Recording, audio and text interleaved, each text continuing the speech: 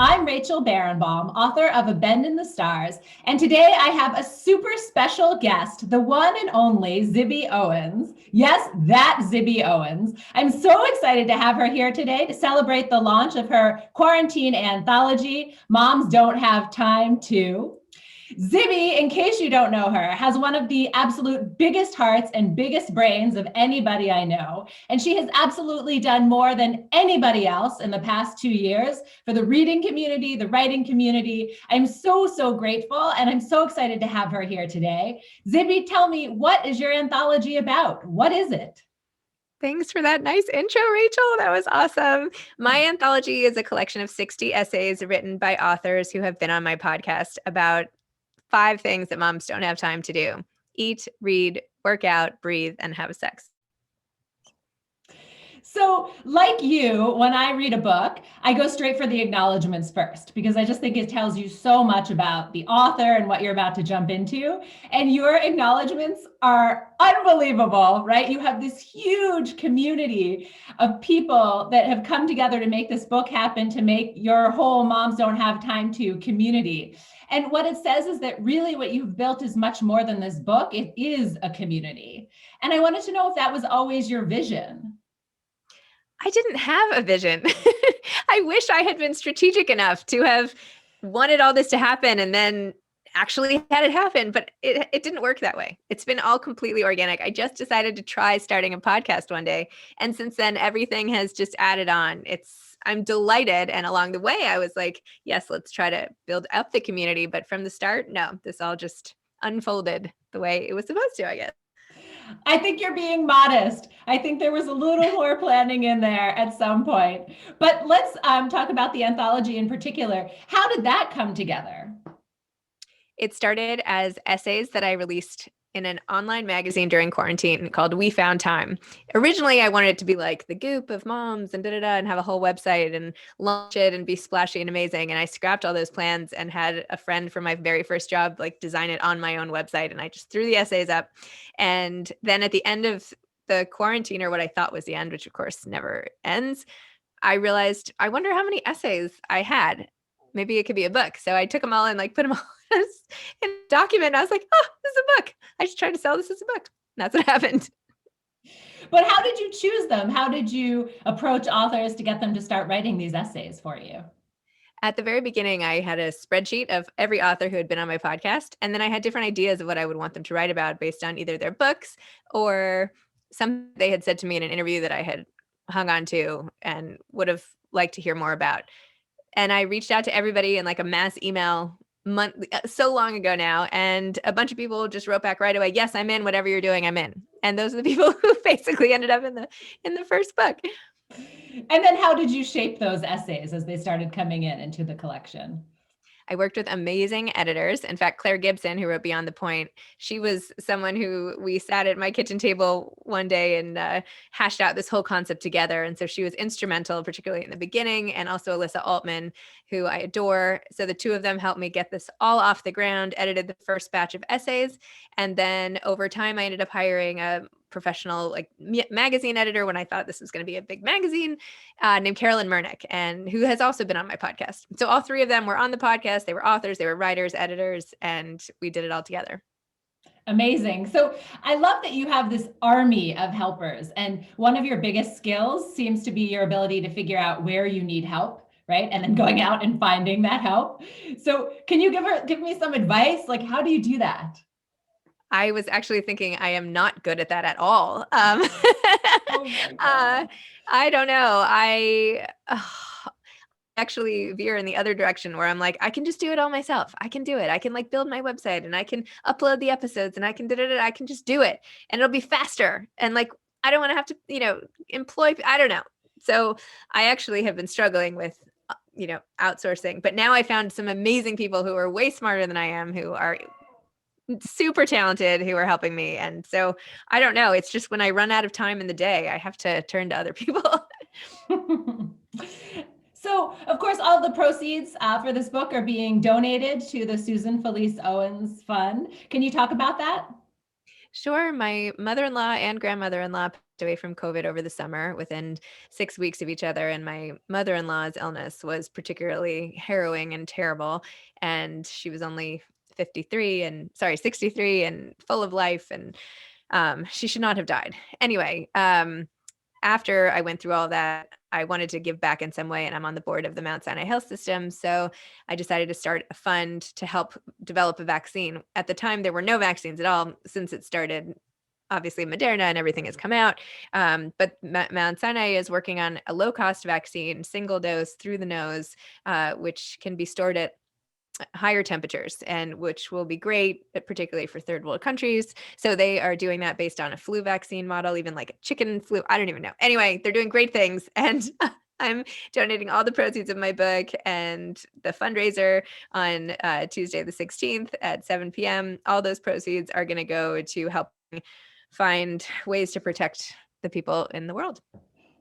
I'm so sorry for your loss. And as one of your followers and fans, right, and a part of your community, I definitely followed all of your posts and was so impressed by just how open you are. And I think that so many of your followers have responded to that. Can you talk about how the responses you've gotten to your being so open? Yes, I was amazed at the outpouring of support.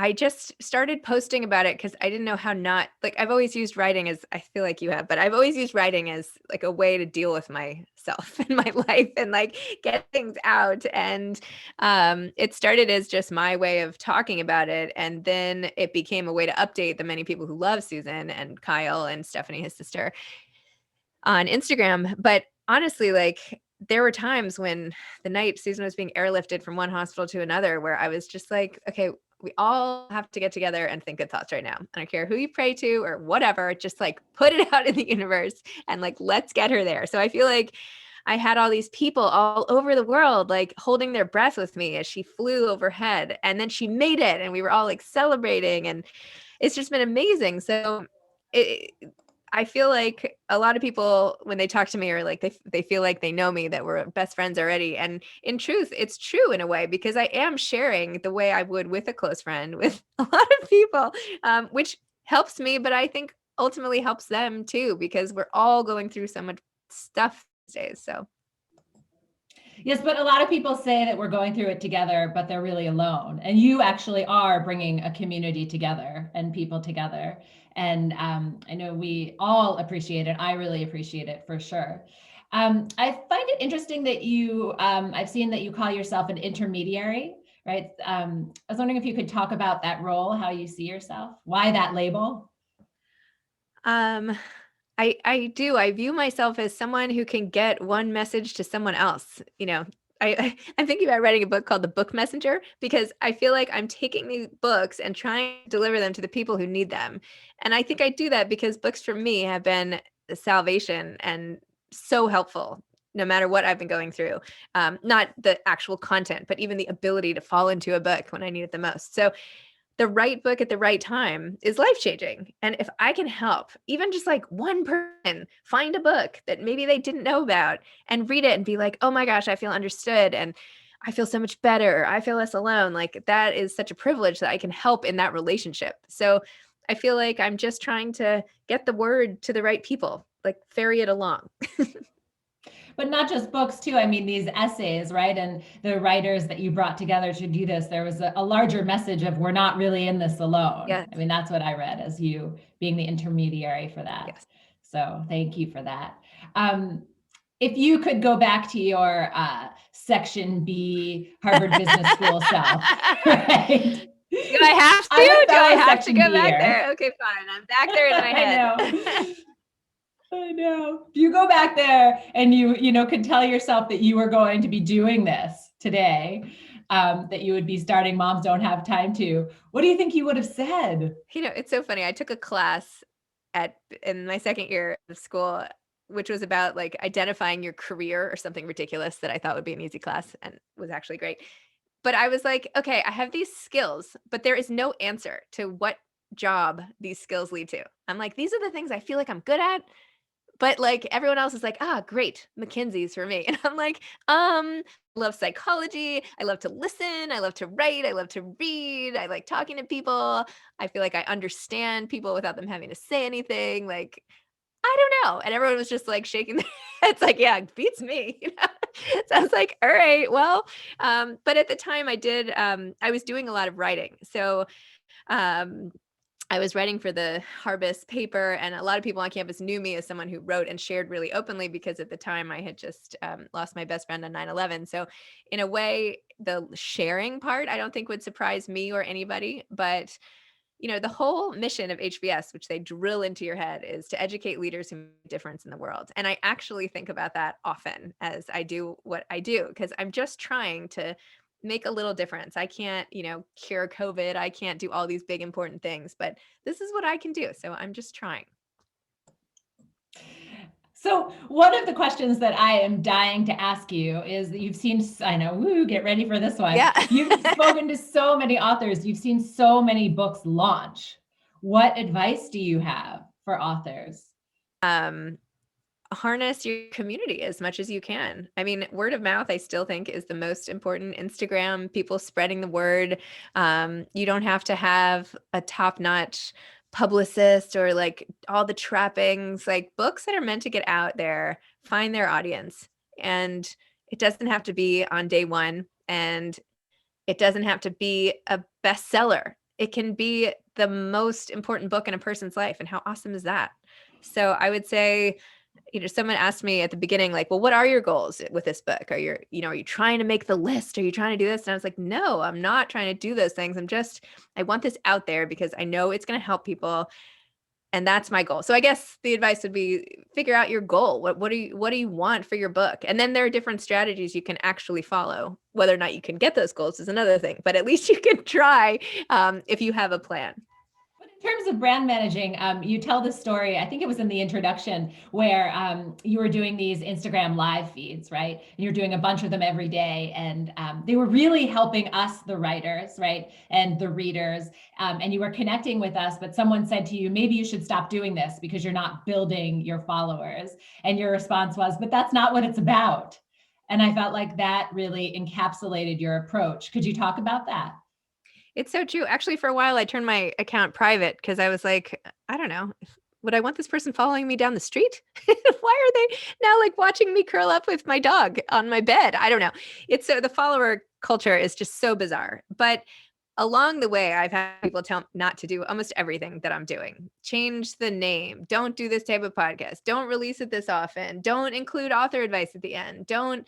On and on. Don't, stop doing this. Pivot to this. And ultimately, I don't have a roadmap, but I have a very strong conviction inside of like what I believe is right. So I just keep guiding myself by that. And sometimes I'm wrong. Like I've tried to start different things that have not worked. And I'm like, boop, boop, okay, you know what? I'm not the one to start a book subscription service.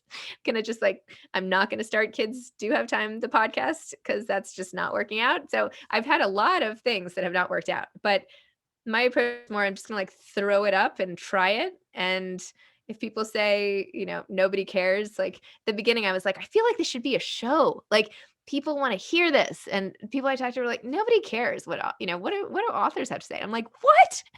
I care. So anyway, people will just, it isn't about followers. It's about connection, and changing anyone's life is a gift. And I do this to make an impact on not a wide number of people, but a big impact on whoever wants to benefit from it. I can't please everybody. Haters gonna hate, so I do what I can. Well said. Well said. So for people buying and reading your anthology, what do you want them to take away? I want them to remember that you don't have to sit down and read an 800-page novel to feel like you're reading, that you can pick up a book like mine and read an essay a night and still get that dose of literary infusion that will make you sort of whets your appetite for the whole book. And that books can easily still be a part of your everyday life. And you don't have to finish every book, and you don't have to read it all on a certain timeline, but having a relationship with books is a really, really important one and an easy one. and a life-changing one that should still be on the menu of things that you do in your daily life, the way brushing your teeth or checking Instagram has become. So before we sign off, I also want to ask you, what do you want people to be asking you right now and about this book? I would love them to be talking about the authors. I'd love them to go and buy those authors' books and get, pick maybe 3 of the essays and go buy those books too, and follow those authors and get to know them. I'd like to inspire them to write themselves. I'd like to have them listen to my podcast and just remember that we are not alone, and that one of the perks of this whole thing, if you can have a perk of a bad situation, is I feel the world has actually gotten smaller, and you can find your people. They might not be right in front of you, and they might not be the moms in your kids' preschool. No offense to those moms. I love all those moms, but that your people might be all over the globe, and you might as well tap into them. And a book is sort of a universal language. So start there. Fantastic. And you have more books coming? Yes. So I think my next book is Moms Don't Have Time to Have Kids. So that's coming out in November. And that is on another 5 things moms don't have time to do: sleep, get sick, see friends, write, and lose weight. And those essays are amazing. They're already all done. They're amazing. Like Lily King wrote this amazing essay. And I was like, I believe Lily King's essay is the file name is for Zibby. It's amazing. So I'm really excited about the quality of the authors and the pieces, and that'll be great. And then in March, tentatively March, I have a children's book coming out with Penguin Random House's imprint called Flamingo. The imprint's called Flamingo. The book is called Princess Charming. And then there'll be a second Princess Charming installment after that. And and then I want to write this memoir, this book messenger memoir, but I haven't found the time. Oh my God, if anybody can find the time, it's you. I have faith. I can barely keep up with you as it is. Zibby, thank you so much. Congratulations on Moms Don't Have Time To. I'm so excited. May you sell many, many copies. Thank you, Rachel. Thanks so much for having me on.